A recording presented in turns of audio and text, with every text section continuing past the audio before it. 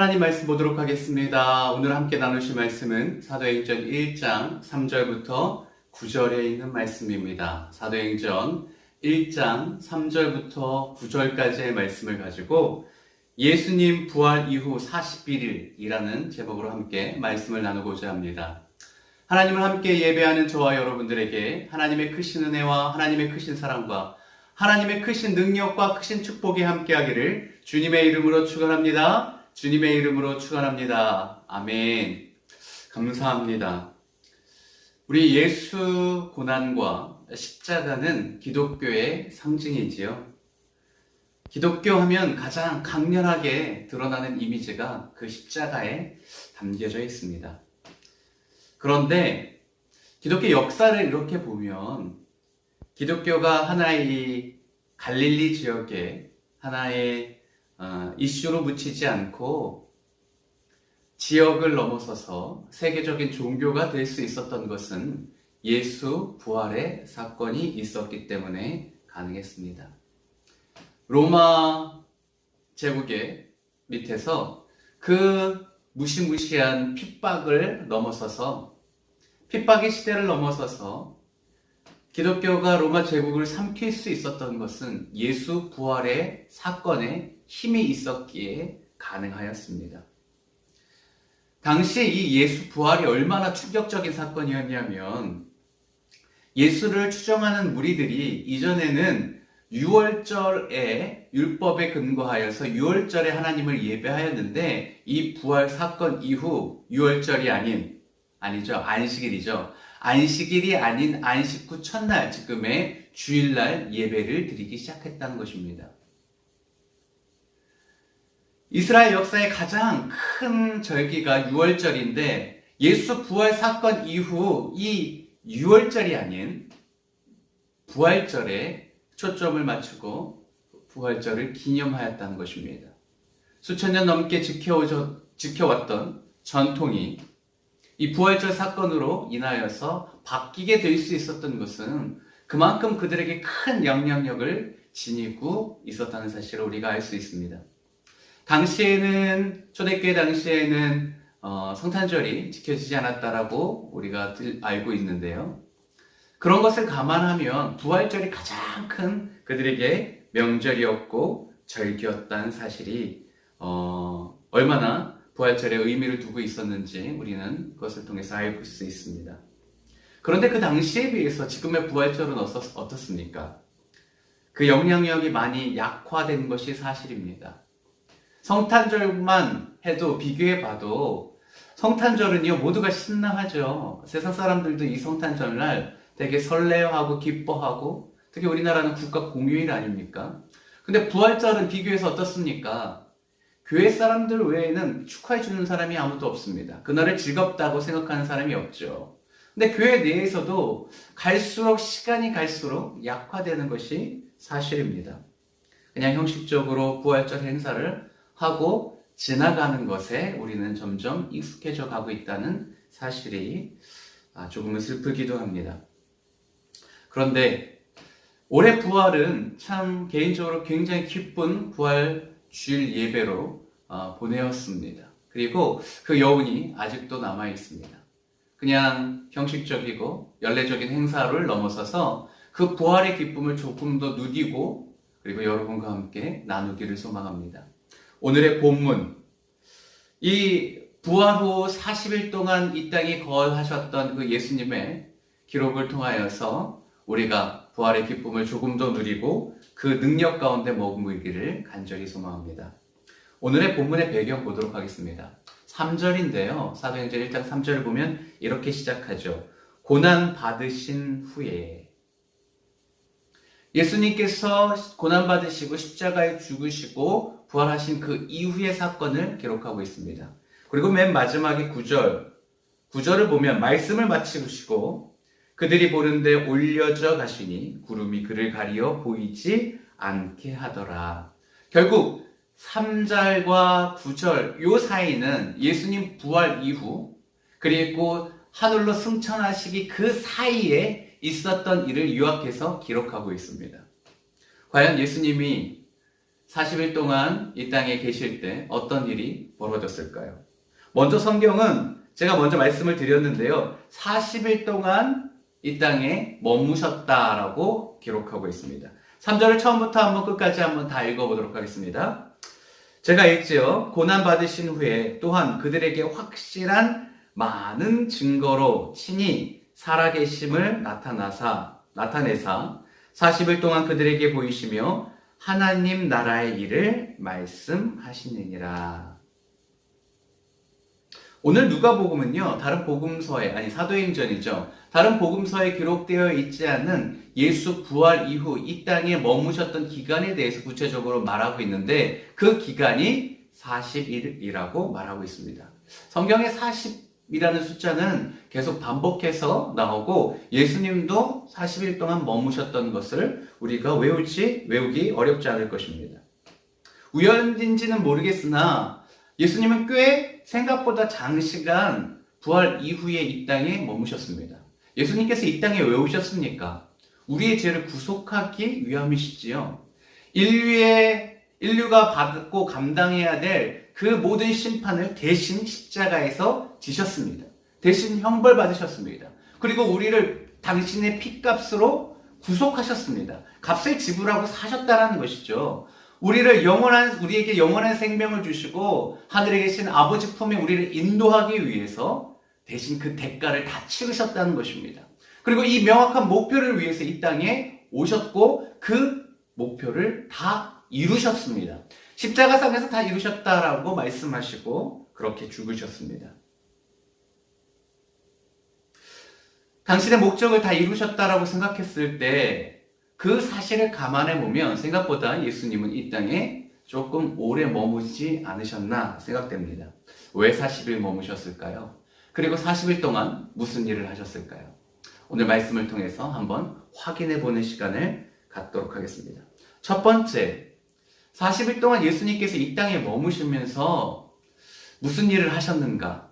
왜 머무셨는가? 그 이유를 오늘 본문이 말하고 있습니다. 3절 볼까요? 그가 고난 받으신 후에 또한 그들에게 확실한 많은 증거로 친히 살아계심을 나타내사 40일 동안 그들에게 보이시며 40일 동안 제자들에게 당신을 보여주신 이유가 있는데 그 이유는 무엇이냐면 부활의 확실한 증거를 그들에게 보여주기 위함이라는 것이죠. 예수 부활의 증거가 무엇입니까? 어떤 이들은 빈 무덤이라고 말하는 이들이 있습니다. 물론 예수님께서 살아나셨으니까 무덤이 비일 수밖에 없죠. 그런데 그것이 증거가 됩니까? 빈 무덤을 본 여인들이 예수 부활에 대해서 믿지 못했습니다. 천사가 여인들에게 예수 부활의 사건을 알려주고 그들이 사도들에게 가서 얘기했을 때 이런 허탄한 얘기가 어딨냐고 믿지 못했습니다. 그 중에 한두 사람은 그 빈 무덤을 확인하러 달려갔습니다. 그 중에 한 사람이 베드로였죠. 근데 그 빈 무덤을 보고 부활을 믿었습니까? 믿지 않았습니다. 무덤이 비었다는 그 사실이 예수 부활을 증거하지 못합니다. 확실한 증거가 있는데 그것은 살아계신 예수님 그 자체죠. 살아나셔서 그것을 사람들에게 보일 때 그 사실이야말로 예수 부활의 확실한 증거가 아니겠습니까? 예수님께서 40일 동안 제자들과 함께 있었던 이유가 있습니다. 그것은 자신이 살아났다는 사실을 그들에게 직접 보이심으로 말미암아 부활의 확실한 증거로 나타내기 위함이었던 것입니다. 예수님께서요, 제자들에게 처음 나타났을 때 제자들이 보면서도 그것을 믿지 못했습니다. 보면서도 어떻게 생각했냐면 그냥 예수님의 영이라고 생각했습니다. 육신은 죽었고 영은 분리되어서 하늘나라로 갈 텐데 그 영이 하늘나라로 가지 못하고 우리에게 왔다라고 생각을 한 것이죠. 예수님께서는 그 사실을 알았습니다. 제자들의 그런 생각을 알았죠. 그리고 이렇게 말씀하십니다. 영은 살과 뼈가 없다. 근데 나는 지금 어떠냐? 너희들이 보지 않았느냐? 한번 만져봐라. 나의 손과 옆구리를 만져봐라.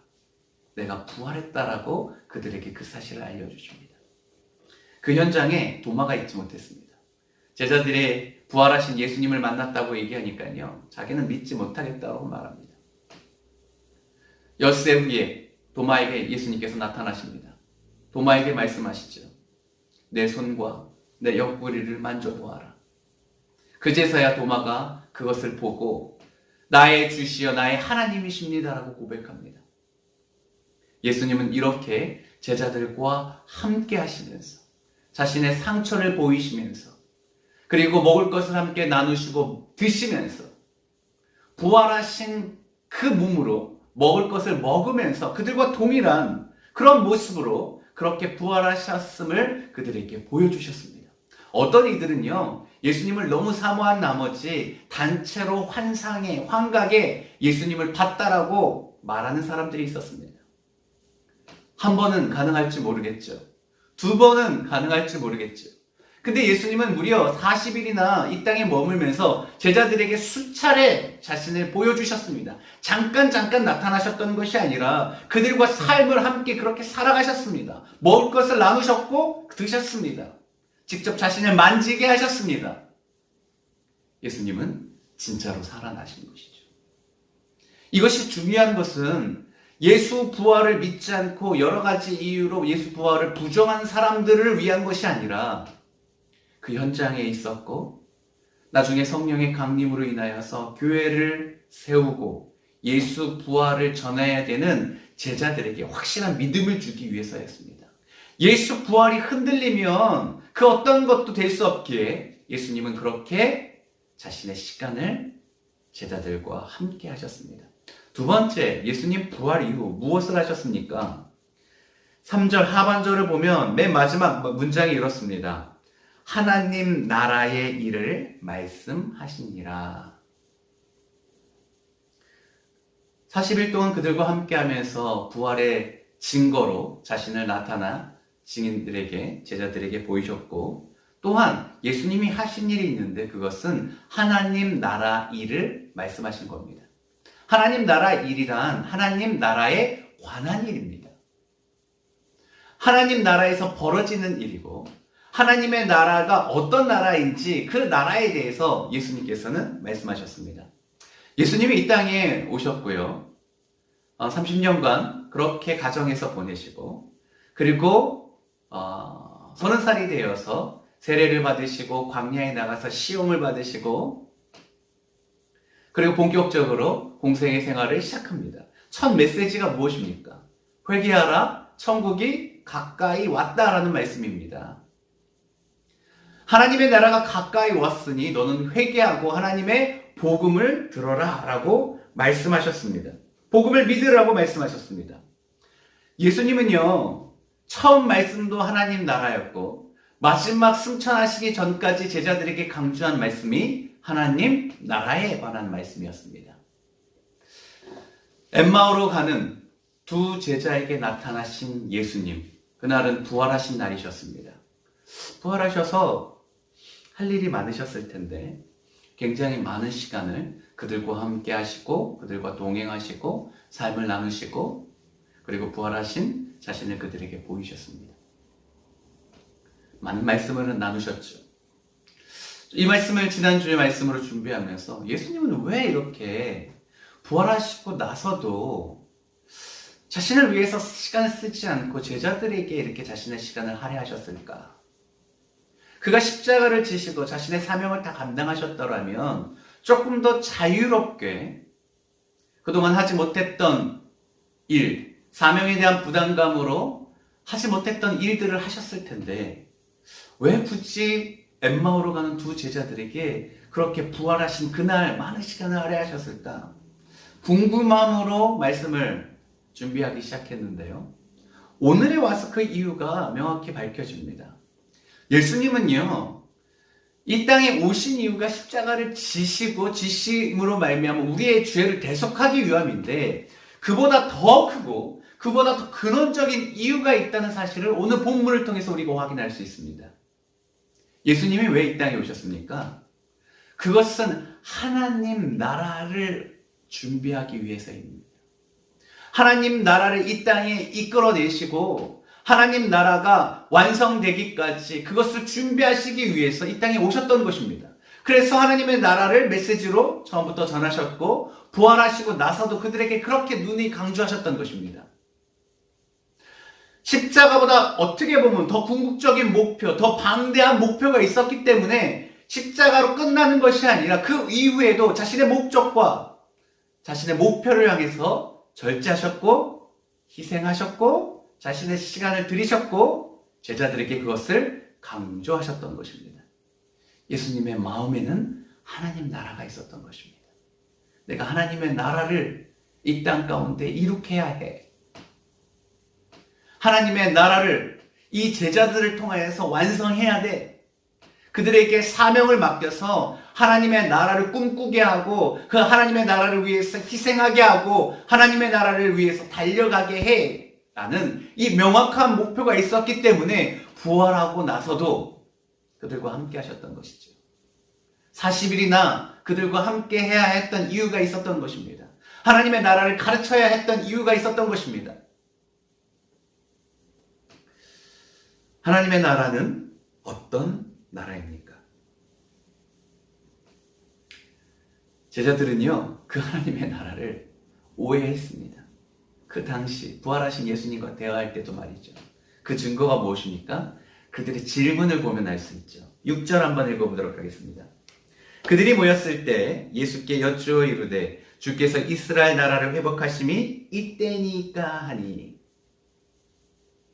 그들은요, 하나님의 나라를 얘기하니까 이스라엘 나라가 로마의 정치적인 그런 컨트롤에서 벗어나서 새로운 주권을 찾고 이전의 다윗 시대처럼 솔로몬 시대처럼 그렇게 부유하고 부강한 나라로서 풍성하게 그렇게 바뀔 것에 대해서 정치적인 이유를 가지고 목적을 가지고 접근했던 것입니다.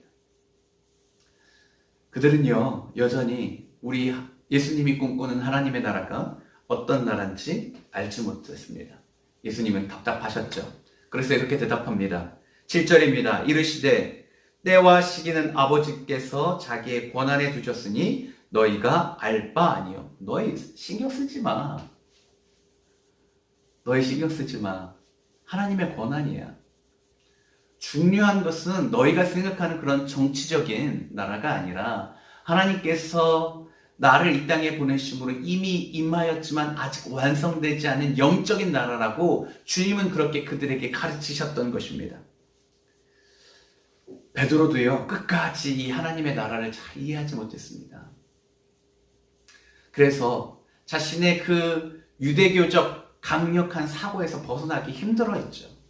그것 때문에 바울과 부딪히지 않습니까? 결국은 하나님께서는 바울이라는 새로운 그릇을 사용하셔서 이방인을 위한 그릇으로 선택하셔서 그를 통해서 하나님의 나라가 더욱더 확장되게 되어줍니다. 이렇게 편견, 문화적 사고, 민족주의 의식을 벗어나서 하나님의 나라를 생각한다는 것이 굉장히 어려운 사실이라는 것을 우리는 성경을 통해서 알 수 있습니다. 세 번째, 예수님이 이 땅에 머무시면서 40일 동안 머무시면서 하나님의 나라에서 대해서 강조하셨는데 또 하나 말씀하신 것이 있습니다. 그것은 성령에 관한 이야기입니다. 4절, 5절 한번 읽어보도록 하겠습니다. 사도와 함께 모이사 그들에게 분부하여 이르시되 예루살렘을 떠나지 말고 내게서 들은 바 아버지께 약속하신 것을 기다리라. 5절입니다. 요한은 물로 세례를 베풀었으나 너희는 몇 날이 못되어 성령으로 세례를 받으리라 하셨느니라. 쉽게 우리가 성령 세례라고 말하는데 예수님께서 물 세례가 아닌 성령으로 너희가 몇 날이 못되어서 세례를 받을 것인데 이를 위해서 예루살렘을 떠나지 말고 내가 약속한 성령을 기다리라 말씀하십니다. 이 성령으로 세례받는 것은 오순절날 성령의 강림이 임한 그 사건을 의미하고 있습니다. 성령 강림을 예수님께서 예고하시고 예언하신 것이죠. 이것은 이미 십자가에 죽기 전부터 제자들에게 강조한 바입니다. 보혜사 성령이 너에게 임하여서 너희가 진리가 깨달아지고 그것을 믿게 될 것이며 하나님의 놀라운 영적인 세계를 보게 될 것이다. 내가 말했던 것이 생각나게 될 것이다. 보혜사 그는 너를 돕는 또 다른 나의 영이다. 진리의 영이다라고 강조하셨고, 부활하고 나서도 그것을 지금 다시금 그들에게 일깨워 주고 있습니다. 그 성령이 임하면 지금과 전혀 다른 양상이 될 것이라고 말씀하고 있습니다. 8절 한번 읽어보도록 하겠습니다. 8절 함께 읽어보도록 하죠. 오직 성령이 너희에게 임하시면 너희가 권능을 받고 예루살렘과 온 유대와 사마리아와 땅끝까지 이르러 내 증인이 되리라 하시니라. 이 말씀은 우리가 전도적 관점 그리고 선교적 관점에서 주님의 마지막 지상 명령이라는 말씀으로 그렇게 우리의 마음을 뜨겁게 하는 말씀입니다. 그런데 지금까지 흐름으로 문맥으로 보면 그 이전에 주님께서 강조하는 포인트가 무엇이 있는데 그것은 하나님 나라 관점에서 봐야 된다는 것입니다. 그들은 끊임없이 하나님의 나라를 어떻게 이해했냐면 민족주의적 입장에서 정치적인 하나님의 나라로 보았습니다. 로마로부터 해방되어지고 그리고 이전에 다윗 시대의 그 부강함, 솔로몬 시대의 그 풍부함을 누리는 이스라엘의 회복으로 보았는데 하나님의 나라는 무엇입니까?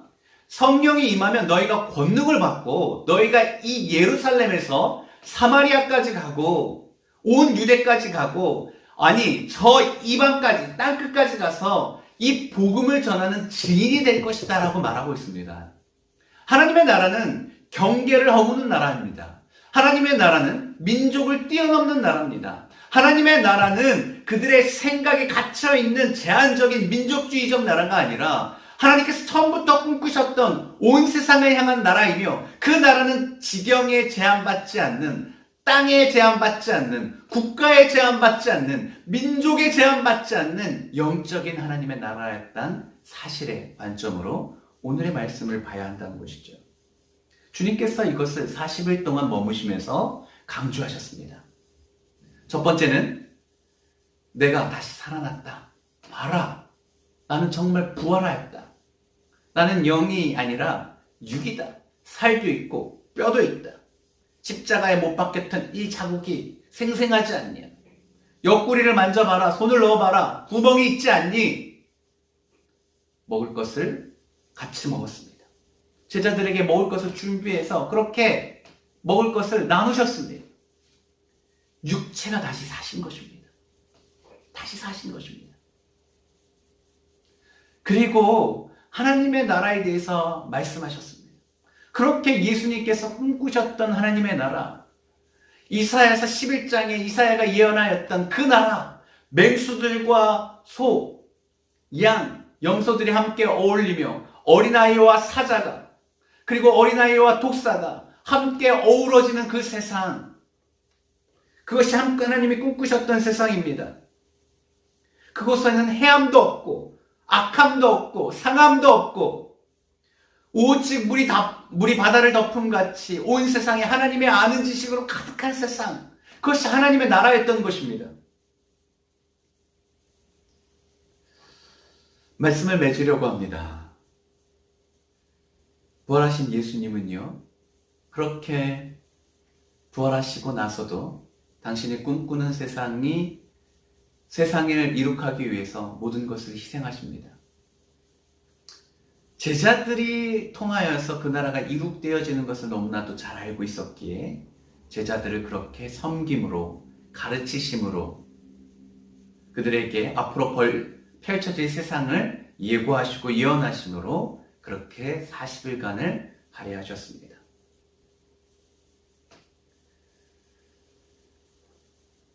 우리는 그 나라를 바라봐야 합니다.